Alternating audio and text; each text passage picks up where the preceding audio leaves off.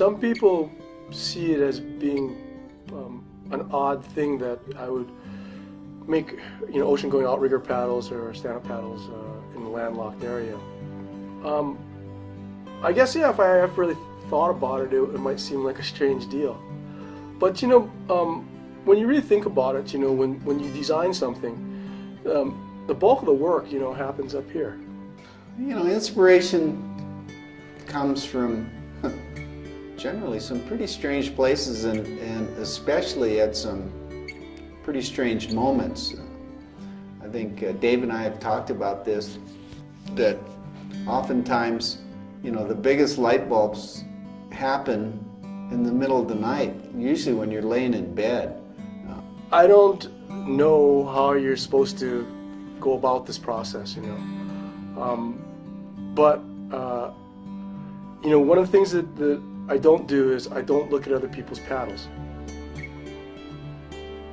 Creation is pretty difficult because basically to create something, you start with nothing.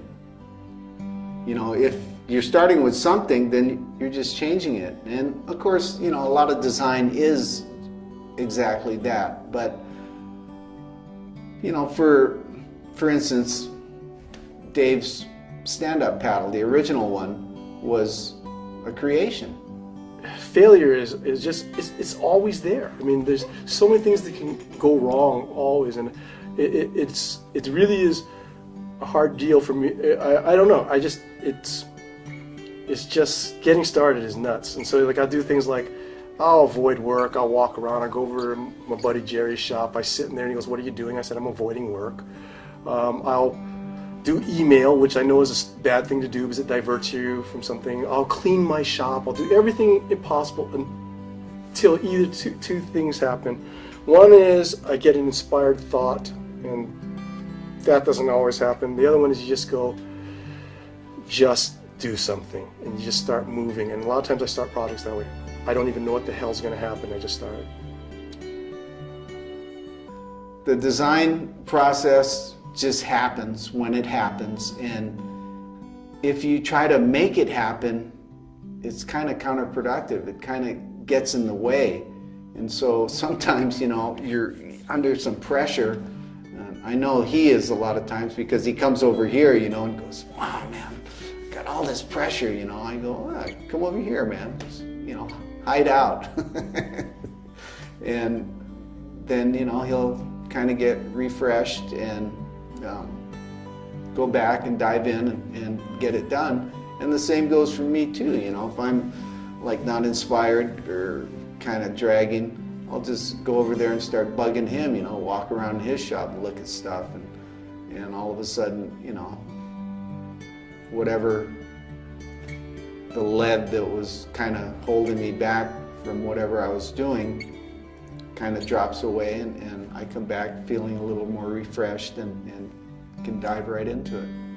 One of the influences I've had in the building of my paddles is fly rod technology, because I fish, and so one day I was out there and I'm like, how come a fly rod doesn't break?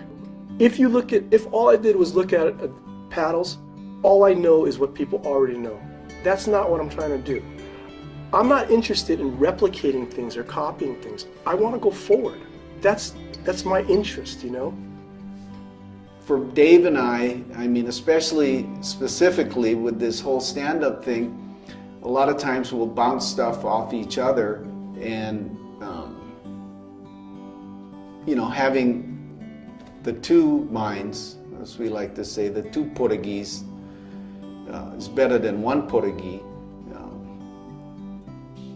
It really works because all of a sudden, something he'll say will inspire me, or maybe something I'll say will inspire something in his mind to just look at it, from slightly a different angle, and then it all starts to come together.